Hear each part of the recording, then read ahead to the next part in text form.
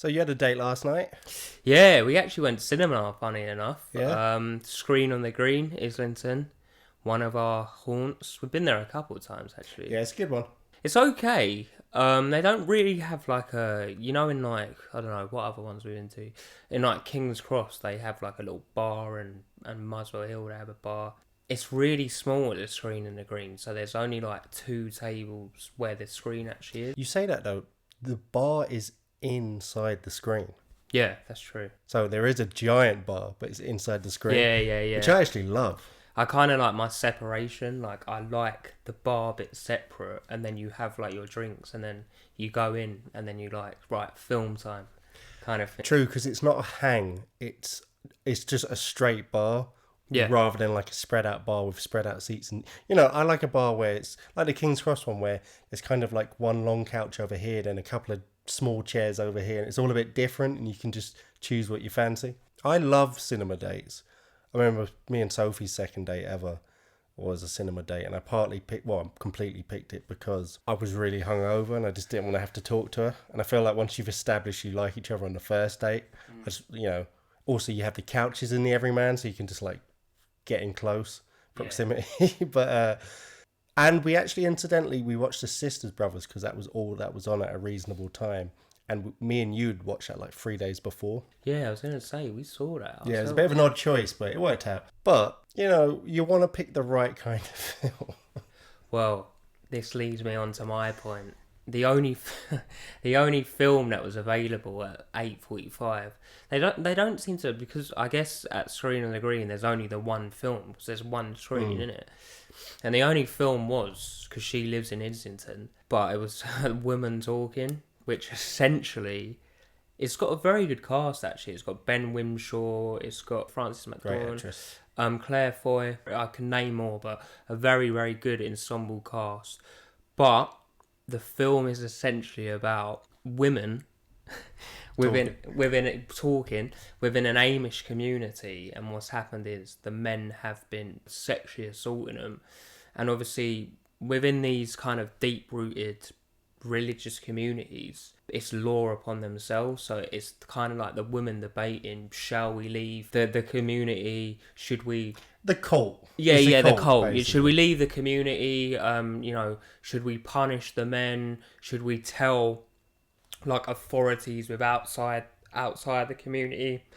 So it's quite interesting. It's them dealing with that, and you got to remember that they haven't seen any of the other of the world. When you say they're sexually, like, is this just an ongoing thing and they've had enough? I think it was an ongoing thing where they would be drugged with, like, because there's a lot of animals in the community. They do a lot of farming, where they would use, like, I think they said either cow or horse tranquilizer to, like, drug them and then rape them. But the straw that broke the camel's back is in one of the monologues. I think it was Claire Foy's character lost it, because they're all debating within like a barn. It's like a little... This was definitely a play. Yeah. The barn is like away from where the men can find them. They're doing it in secret. And Ben Whishaw character is like the teacher of the community. And he's the only one that can read or write. Because what they do within the Amish community, I don't know if it's all of them, let me just note that, or if it's just specific ones, they don't let the women learn to read or write, I guess, to have that extra power over him. So he's there like taking notes, and she says in this monologue, I will not stand by with these men like raping my 4-year-old child. So I think the straw that's broke the camel's back is they're not just doing it to them, they're doing it to the kids as well. Oh my God. Yeah. Question though, are they using a really, really, really old horse tranquilizer? Because isn't their whole thing they don't use modern science? Yeah, that wasn't really explained actually. And I'm assuming down to a certain date. Yeah. Because I'm pretty sure maybe like they don't really they don't use modern medicine even, do they? No, there was a bit in it where I think one of the kids got ill. From what I could gather from it, Declan picked up an infection from being, raped, and obviously they don't have any antibiotics, so the girl's mother had to walk, because they said, where'd you get the antibiotics from? Because Like, I'm sitting there thinking, like, what do you mean where they get the antibiotics from? They went to, and I just realised, no, they don't have doctors. I had to, like, put myself in the mindset. So there's a, like, little, you know, like, sequences where she treks through all the fields, and she had to, like, walk for, like, a day and a half to a mobile clinic to pick up the antibiotics and walk back. And, you know, like, they're pumping water and stuff for the horses, and, like, there's no taps. It's just, like, a thing in the ground where they're, like pulling it. Again, obviously stuff does happen in the film, but it's all set within this Amish community, and most of the scenes take place in this barn.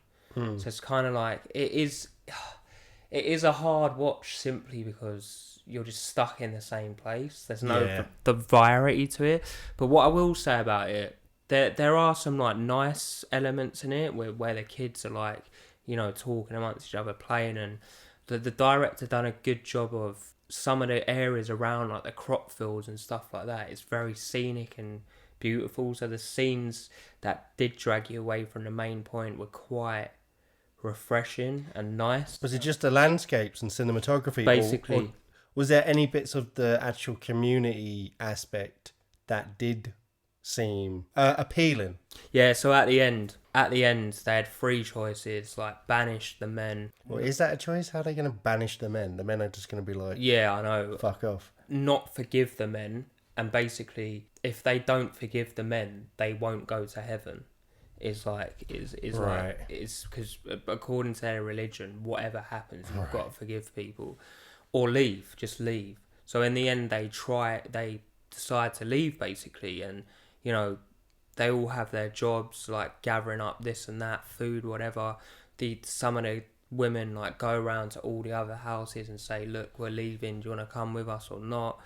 Ben Winshaw's character stays there essentially to still teach the kids, because he has been outcast from the community because his mum kind of, like, disowned it all, so he got thrown out, and he actually went to university and came back. So he's, like, seen maps and everything that he has, and they decided that they were going to, like, show them to the kids to give them a better understanding of the world. And there's a very poignant scene at the end where they're all kind of leaving with, like, a really nice crane long shot, and it's just, you know, all the horse and carriages, like, going forwards out, and that was, like, very poignant, like, the community coming together, them all deciding that we can't live like this anymore, and leaving and going out into the open world. So that's quite cool. Emotional, actually. That's cool, but not including their decision to leave because of the bad things that were going on. Yeah, was there any other? Just within its current incarnation, where those terrible things are also happening, was there any showing of there being nice community aspects also? The women are teaching the little kids stuff, and the kids are playing together. So there is still that niceness, but you just can't escape from what the film's about. No, well, that's the reason I was asking, because it is interesting with those kind of setups. It's kind of like, do you remember the what were the God Hates Fags church called? Oh, Westboro Baptist Church. When you watch documentaries about them, or even speak with interviews of people that have left the church, they still speak glowingly about certain aspects of what life was like in there, and a lot of them still talk about this. Obviously they recognize that it was horrible and it was abusive, and what they taught was disturbed and twisted, but they're always, like, chasing the magic dragon. What was it, the thing of heroin? They're always chasing that sense of community again that is just so hard to find. And it makes sense when you think about it, because, I mean, it's essentially, if you take out the more modern aspects of the Westboro Baptist Church, and, you know, even the sort of modern aspects of how the Amish live in terms of human race over the span of its entire existence, it's just a tribe. You're just living in a tribe, which is how humans have spent their existence for 95% of the time that human beings have been on Earth since they evolved. So it makes total sense that you would feel so like you're part of something. You would love so many aspects of it, and why it'd be so difficult to confront or deal with something awful going on, and even leaving. Like, leaving would be by far the hardest thing, because that's, in all these cults, that's the big thing they have over you, even when the majority of people might start realizing something ain't right here. This isn't right how we're living. The big thing they have over you is you won't get to see your family anymore. You'll be outcast. And that's enough to keep most people in. And it's common, you see it in Hasidic Jews, you see it in Jehovah's Witnesses, all those religions that are much more culty in how they run. But how did this affect your date? I knew, but I didn't say anything because I wanted to go on the date. Oh, yeah. I mean, I guess I could have turned around and been like, do you know what this film's about? Should we just not go to the film and go to Did she know afterwards that you knew? No, we went for a... Because that looks even weird. No, we went for a coffee before. Oh, okay. In like a few doors down in a little place. And I said, do you know what this film's about? She was like, no. So I was kind of like, should I say something or should I just wait? And in the end I said, and she was quite shocked. I was like, sorry. But Did she choose to film then? Yeah, to be fair, Declan. I thought you chose to film. No, to be fair, we had kind of agreed to go to the cinema. And because on a screen on a green in Islington, there's only one screen. So there's only one film on. And the only film on was this at 8:45. And I feel like everyone is in the same kind of mindset. I counted probably 4 other people. Oh, really? In the whole, it was empty. Absolutely empty. They were all first dates as well. No. Just being like, what? I saw like an older couple like there, so like no. But I saw. Well, actually, in the lead up to the film, I saw some quite like uplifting trailers, and it kind of like destroyed it after it. But right. I saw a film I actually quite want to see, which fits into my obsession at the moment of slice of life films. It's got Jim Broadbent. No, who is that? Have you seen the Harry Potter films? Yeah, enough probably to maybe know who you're talking about. Like Professor Slughorn. No, you gotta be like the dude with the purple hat and stuff like that. Okay, so he's like a potions master. And I'm not. Oh, wait a minute. Is he kind of have not bug eyes, but kind of like crazy eyes a little bit? And no, that's Mad-Eyed Moody. That's like Brendan Gleeson. No, I'm not. I think I know who you're talking about. Yeah, an older guy anyway. So it's Jim Broadbent and I definitely know who you're talking about. Yeah, you know who it is. And essentially, I see like a lot of other, because he's quite an old guy now. I see a lot of old like British actresses or actors that I've seen as well. I'm sure one of them is. Do you remember One Foot in the Grave? Right. Victor Meldrew, his wife. I'm sure it was still alive. It's probably someone else then. Jesus. Anyway, so what it's about is called The Unlikely Pilgrimage of Harold Fry. Okay. And like it looks like the most quintessential. Do you know like those really quintessential British films, but they're like so nice and uplifting. But is it? To be honest, I always hate those films. Does it look like the kind that's actually an English film, or does it look like the kind that an English film made for Americans? No, it actually does look like an English film. Okay. So essentially what it is, it's based on a book, I think. And this older guy who does nothing, basically. He's retired, he's, I guess, lazy. From the trailer, he's lost touch with his son because he says, I failed my son. The son might even be dead, I don't know. But he finds out that one of his friends is essentially dying of cancer. And he decides to walk to her from wherever he lives. And like... He's walking there like all these miles and miles, and so I'm getting straight story vibes. Yeah, basically like that. Straight story. All the people he meets along the way in like little towns, like some people like put him up at home. I'm sold. Yeah, Perfect. like and his wife's like ringing him up like come home and all this shit. So it just looked really. And is there a bit where he's going through the rain and he's like trudging? No, yeah, there actually is. Like there's one bit where he's like soaking wet with raining. He's like in a phone box and whatever his wife's name is. He's like, I can't do this, Ginny. She's like, it's only 15 miles, Harold. You can do it. I think we need less common sense and more faith in this world. And then like the vet was there like, oh, and I was like, but yeah, I'll see it. I just like those kind of films, like especially when it's like going from place to place to place. I like that. It's that kind of film where you see the advert for it and you're kind of like, I know what emotion I'm going to get from that. Mm. You know what feeling that film's going to try and give me, and if it does it, if it's good, then it will give it to me. Yeah, it's just great. Like, I love films like that where, as you're starting to get that, you know, that next generation of amazing British and English actors age into like elderly roles. They're such good actors that I feel like the industry end up just trying to find vehicles for them.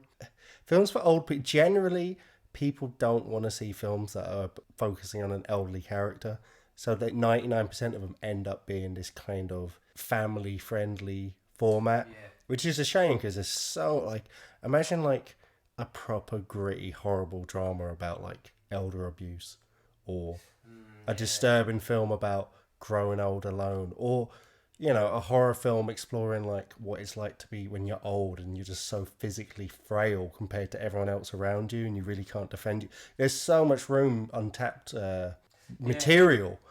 You'd have to be in like a certain mindset, and I don't know what that mindset is. You might just have to force your way through. Do you know? Because it's like so hard to like deal with at some points. It's like some horrible scenes in it. Sometimes like I'll psych myself up to watch films. Like I'll need to like you know. Oh, yeah. I'm still psyching myself up to watch like June because it's like 3.5 hours. Yeah, long. no, I know and what you mean. I need to psych like. Well, sometimes it's not even psyching ready. yourself up. It's like you're waiting for the right day. Yeah. Like you're waiting for that right mood to come along where you're like, yes, like this is the, like I'm gonna get the most out of watching this film now. No, that's just it, Declan. Because like every time I've tried to go and watch it in a week, I'm so knackered from work, and I'm just like sitting there like, no, I can't face a 3-hour film. Your brain just wants to scroll Instagram while some shitty Netflix show's on in the background. So I don't know when this will be good to watch, because like you don't really want to watch it on a weekend because you're like, oh, it's a bit of a mood. Do you know what puts me off more than anything is that name is shit. Yeah, it is. That is a terrible name. It just summarises the film though. It's just not a name for a movie. Like that should be a working title. I think unless the book was called that, I don't know. Therefore, then change it. Adapt the rest of it if it's good. That is a dreadful name for a movie, book, play, anything. It's interesting to look at the customs and culture of different things so far removed from what. I remember one with Tim Allen where he goes. Tim Allen. Why am I saying Tim Allen? Harrison Ford. Oh, really? Where he goes undercover as an Amish person in order to protect a little boy, I think, a little deaf boy. No, it's a little mute boy who witnessed a murder. Oh, really? Pretty good film. Okay. Harrison Ford in that sort of 90s eras where he did loads of thrillers like The Fugitive. Any other trailers you saw? There was fucking one for Dungeons and Dragons. So I was like, do you know what? Yeah, I'm actually quite looking forward to that. I like the approach they go in. I know nothing about Dungeons and Dragons really, so I have no idea if they're being faithful. I feel like they're being way more faithful than that awful one from the early 2000s that really had nothing to do with it. It was one of those films where they literally just bought the rights so they could use the name and then just did their own stuff, and it was cheap and horseshit. Whereas I get the feeling this one's being authentic to the lore of Dungeons and Dragons whilst tonally trying to capture maybe a Guardians of the Galaxy type vibe. that could work. It looks alright. I genuinely am kind of like quite looking forward to that. I saw another. I don't know why they continually had like rom-coms before this film about sexual assault. But anyway, there was a trailer for this.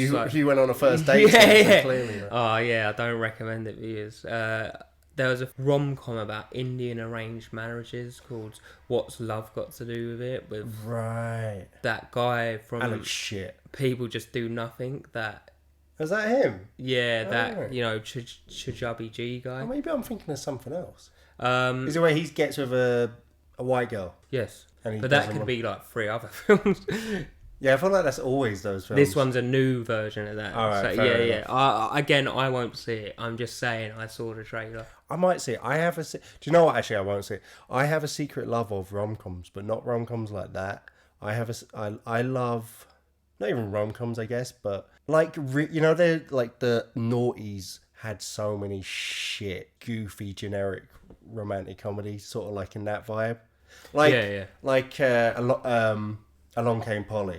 Yeah, I quite like that film. Like, something about that. Something about Mary. It just like, no, that's a different, that's like a funny movie. That is funny, yeah. I'm talking about still aimed at girls technically, and they're shit. But for some reason, I've just always had like, there's something about it where if I'm in the right mood, like we said earlier, my brain can just shut off as it's on. Or I tell you another one is Out of His League. You know that film is like that shrimpy guy yeah. from Road Trip and Some Beautiful yeah. Film, you know that sort of movie. Shallow Hal? Yeah. Again, that's quite funny. I say that's in a higher tier because it's a Farrelly Brothers movie. But yeah, along those lines, that sort of like just dumb, kind of gross out humour and then feel good at the end. What about 50 First Dates? Never actually seen it for it's some like reason. Adam Sandler and I think Drew Barrymore. And I like Adam Sandler as well. Yeah. It's quite weird about Adam Sandler because his career trajectory, like, he went from all that comedy to, like, really good serious roles, like, you know, Uncut Gems. And well, he started off as a stand-up comic, and one of his first kind of return to semi-serious films was with... what was that movie where he plays a stand-up comedian? It's a Judd Apatow film. Eric Bana Funny show. People. Funny People. Yeah, I like that film, actually. So he was actually college roommates with Judd Apatow. So he knew that crowd all the way from back then. But yeah, he did all these like bizarro, stupid films, which I fucking love. I don't care. I know they like once he got into that era of Pixels and stuff like that, it just stunk. But even then, I loved it because the way I looked at it is he's just won at life. Like he basically says to a team of writers, me and all my best friends wants to spend 2 months in Hawaii. Write us some shit film that will take place in Hawaii. And he gets his same mates, you know, the dude that always says, "You can do it, Nicky." Oh, yeah. Kick him in his fucking balls. Juice Bigelow, Mel Gigolo. Yeah, I forgot his name. Rob Schneider. Yeah, that's it, yeah. Like, all those guys, you never remember their names, really, most of them. But it's always that same crew that are all his best mates from forever. Even if they're not that good friends, he'll make him like the mailman that has 2 lines. Like, he just looks after all his people.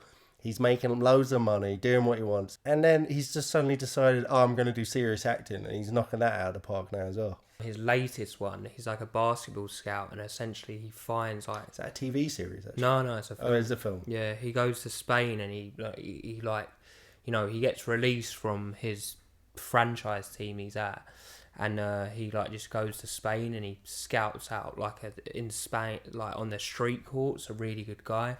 And it's about him trying to like convince the people to sign him. He's actually Adam Sandler's really good at basketball in real life. Oh, is he? Yeah, really good at basketball. Because it always comes up in his movies quite a lot. Yeah, he plays basketball. He's actually really good, actually. But I read the other day that he signed off. You know, signed on to another project with the Uncut Gems directors. Perfect. So I'm quite looking forward to that because that was one of the most tensest films I've seen. It's more anxiety-inducing than any horror movie. Like, it's mad.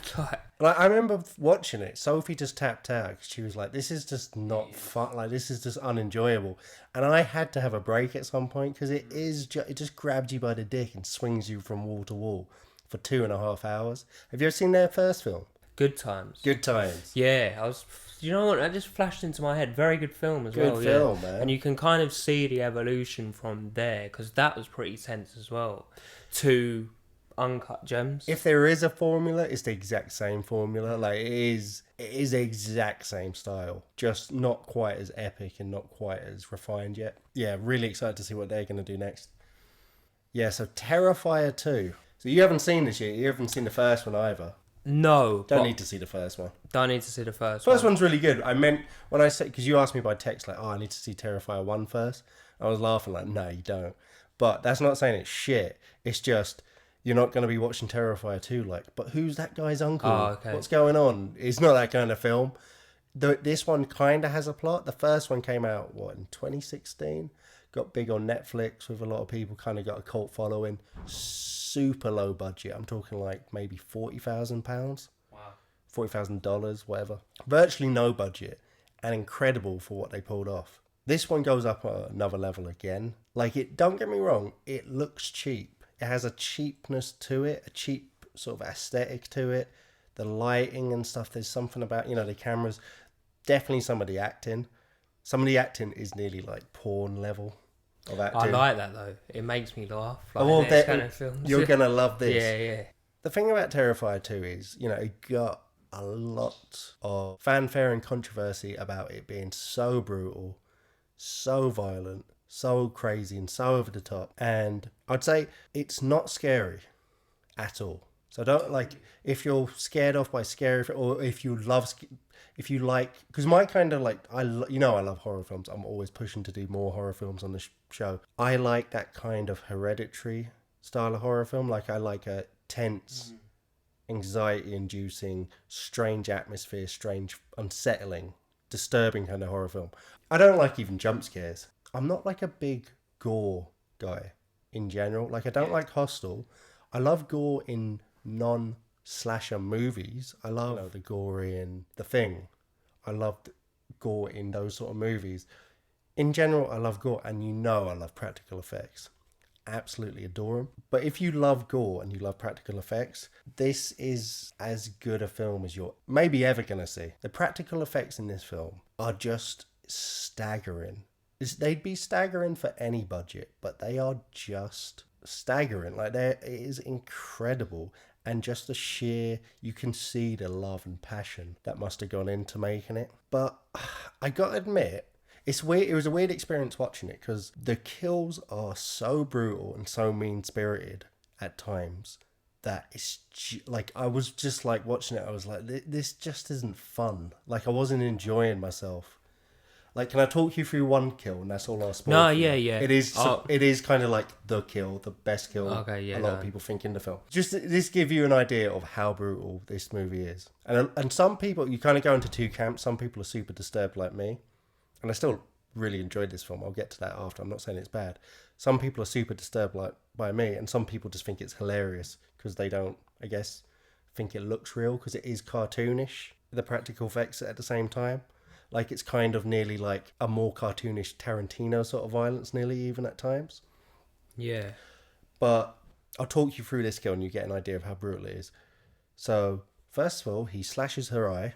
So her eyes split. Then he gets a pair of scissors, cuts all along her head, rips her scalp off, rips all her hair off. Then he throws her onto the bed, holds her face down, is stabbing her in the back repeatedly. Then he gets sort of a shear and just starts sort of skimming her skin off. Oh. She's screaming in agony throughout this whole thing. Then he breaks one of her arms and then keeps breaking it back and forth repeatedly and twists it around till he rips it completely off, throws it off to the side, stabs her a few more times, turns her around, grabs her other fingers and kind of rips them off and rips her hand in half. I think then he runs out. And she's crawling across the room, almost completely dead. Absolute shit kicked out of her, covered in blood, one arm, skin hanging off. And she nearly gets to her phone. And this is what makes it not as disturbing because it's so funny. The clown mime runs in all happy and silly with a batch of salt and a batch of bleach and starts packing the salt into all her wounds onto her arm, pouring the bleach all over her. And then he slaps, or I think it might even be corrosive acid. And then the last thing you see is he drags his hand across her face and it pulls a load of her flesh off her face. Wow. And this is all happening to an 18-year-old girl. Fucking hell. And she's screaming in agony. And it goes on for 6 minutes. Yeah, I don't know. That kind of put me off this film now. And you're watching it and I was just this is just horrible. And I think it's the fact that she is screaming the way she is the whole time where it really, maybe if it was happening to a dude, and they'd set him up as a complete douchebag for the first 20 minutes before that. But she's the nice friend who's looking out for the main character. And she doesn't die by that point as well. She is still alive, supposed to be alive a few hours later because Art, the clown, the mime clown who's been resurrected, who's the centerpiece. Fantastic villain, by the way. That's the other main selling point of this film. The fucking performance and that character. Unbelievable. Never says a word, never makes a sound because he's a mime. But completely conveys and acts out what he's doing. And supposedly he has a supernatural power to keep his victims alive for longer, so to continue their suffering. Yeah. So she's still alive when the mum comes home and he's sawing one of her legs off on top of everything else he's done. And the girl's still alive and she's like, "Mommy." And the mum starts screaming and he kills the mum. It is just I don't know if I want to see this. But it's also, bear in mind, it's the way Art the Clown's acting it out, and the way the director's directing it all, and he's a special effects genius. That's how he can get this all done with such a low budget, with so much passion and everything. It's delivered with a wink and a nod. It's a joke, but it's not a comedy. Do you know what I mean? Yeah. So it's not as disturbing as probably I've just made out. And when you watch it, because of the cheap aesthetic and certain parts of it, you might just find yourself laughing. I guess there's only one way to find out. Yeah. and by the way, that probably is the best kill, but they're all fucked up. Like, they're all different and creative and insane. Another crazy thing about this film is it's a slasher film essentially, but obviously quite a unique one in its origin. But it's 2.5 hours long. Wow. It's like for a horror. For any horror, but for a slasher movie, they're usually like 90 minutes. Maybe top out at like an hour and 40. Isn't 2.5 hours long. And it drags a bit towards the end, but to be honest, I never found myself bored. It is really clunky. It feels like an amateur production in so many ways. But I gotta admit, like, after I watched it, I was kind of like, oh, that was just, like, mean-spirited is the word I keep coming back to, but that's probably not the best way of describing it. But that was just, like, I don't know. But I gotta admit, I couldn't stop thinking about it. And I've gone back and I've watched it 3 times now in the space of, like, 2 weeks. But skipping it, like, some bits. No. Oh, really? No, I properly watched it. I think I skipped it a bit the 3rd time. Or maybe I actually only watched certain scenes. But even then, in between that as well, going back and reading about it, going watching interviews with the director. So it's clearly captured something in me, but I don't know if it's captured something in me the way, you know, watching a really fucked up video or seeing a car crash, you can't take your eyes off it sort of way. Yeah. Do you know what I mean? But I am kind of enamored by it. I'm definitely going to see the next one. It is hardcore. Like, be ready for it. There's fucked up shit that happens in this. I'm going to watch it. It's good, man. It is good. Like, I'm going to watch it. The thing I'd prepare yourself most for is the cheapness of it. If you can get past that and just enjoy it, there is so much to get out of this. Nah, I've seen a lot of, like, cheap films. Like, you know, we've seen The Room numerous times. Yeah. Do you know what I mean? I could get... And it's The Room. Like, it's much better. Yeah. I just... Not necessarily... out of all those statements he just made, I don't think the killing thing... Because I think I'm in the second camp where I probably might start laughing. Like, this is ridiculous. Like, it's more the runtime, actually. If I have to watch that for like 2 hours. I gotta be honest though, it doesn't feel like that. Like, I didn't know that until afterwards, and all I felt was that last section dragged a little bit, and it wasn't because it was just more because it was just overwritten a little bit. They could have made it more concise, but I in my mind I was like, that was an hour and 40-minute movie. Yeah. And I had no idea it was 2.5 hours. Check it out, because that could be a potential good discussion. It's well worth it. And it's also just a wonderful thing for filmmaking in general and independent filmmaking. Because this, again, it had a much bigger budget than the original. But it was still like 250,000. He'll probably get triple that next one. Well, even that would be a tiny, tiny budget. That'd be under $1 million. Halloween Ends literally had something like 150 times the budget, and it was shit. Because Barbarian director has sold his next script or to the studio. There's like we'd done a post, didn't we? There's like a bidding war for his next script, and he got fucking millions just from how good Barbarian was. The studios were going mad for it. I understand why he would say even more than other directors, because as much as it was just a fucking unbelievable debut and just a wonderful film, my favourite horror film of the past couple of years, since like Hereditary or Midsummer, just wonderful. But it also, the direction of it felt like a very assured hat. Like, if this was just a drama, if he'd made a drama but directed it with that much competence and creativity, I'd be super I'd be super excited for this guy's next film, because that film, like, it had so many completely distinctly feeling segments, and if he wanted you to, we're in the tunnel and you got to feel tense, you felt tense as fuck. And if we were hanging out with Justin Long, it's a funny comedy, and it was funny and it was comedic and it had that tone, and he could shift it on a bat. When it flashed back to the serial killer originally, how interesting was the camera work and the storytelling of how he got into that, and the way it used music. So he feels like a sure thing to invest in for his whatever his next project is. And the CEO of the studio, the way he described it, because obviously he's read the script, hasn't he? Like, they're all going to read the script. And they're going to... He's described it as, this is a horror film in the vein of Magnolia. And I was like... I got such a boner when I was like, that. hang on.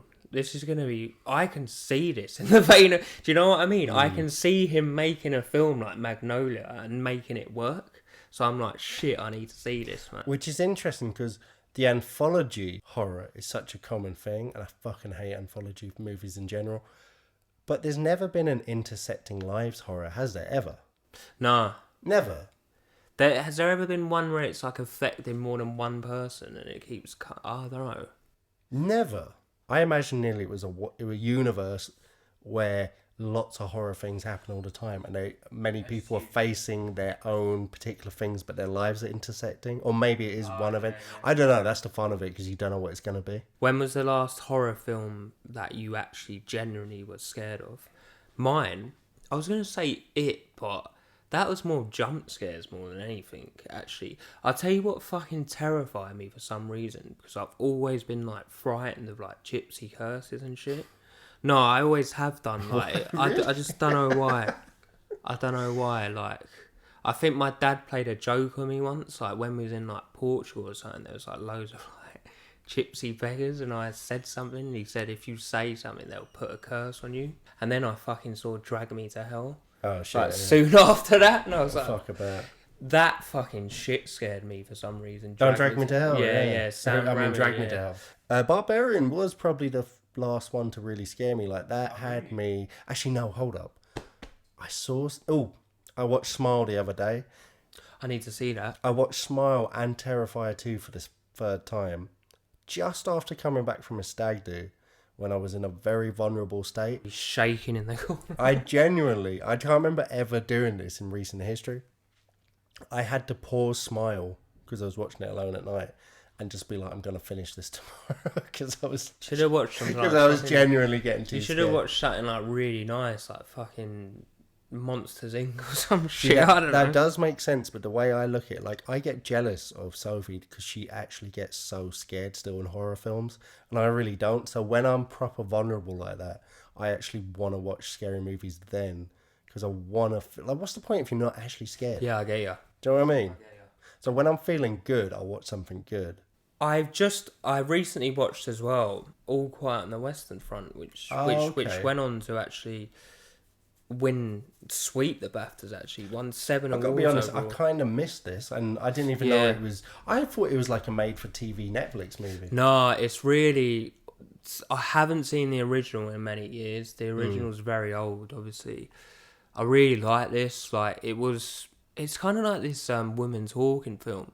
It's like the subject is like horrible, but the cinematography and like, especially when they're out in the countryside in between the battles, and you know, it build up like a good rapport with the soldiers. And I do like All Quiet on the Western Front, because it's one of the only films, I'm sure there's others, that pops in my head that shows the German perspective. It's always the fucking Allies. It starts off with, you know, the group of young lads, and then, you know, the cocky guy is like, oh, come on, let's all sign up.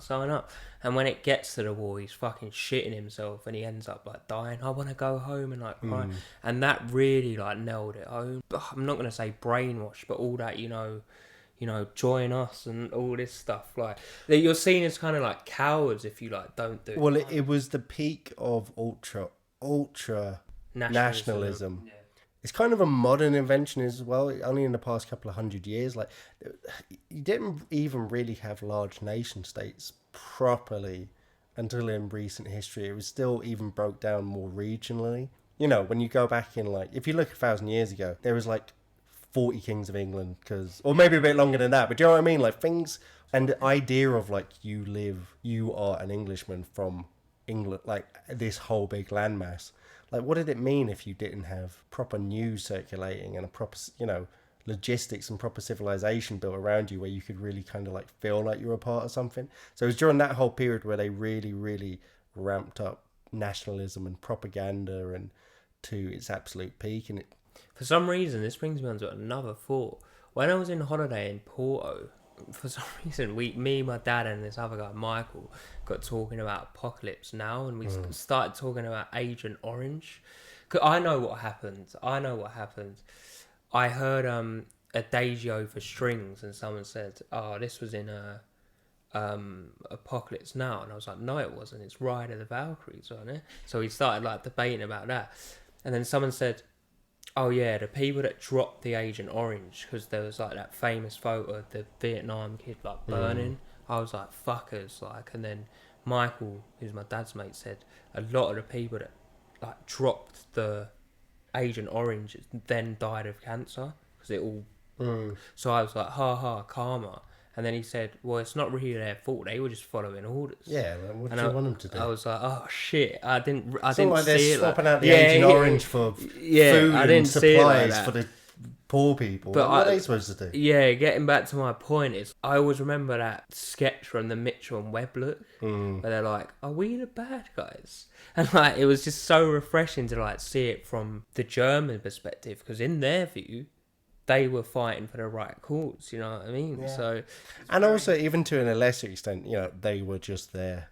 They were just there. They were just born at that time in that part of the world, and happened to be men and happened to be of fighting age. The battles and set pieces are spectacular. Really. But it's not actually, that's not the bit that struck me the most. It was more the scenes outside of the battle where you see the squads making bonds and like the conversations they have. Like, you know, they go and rob a French farmer of like a swan or a pig to like have, and this farmer shooting, and there's just funny moments in it.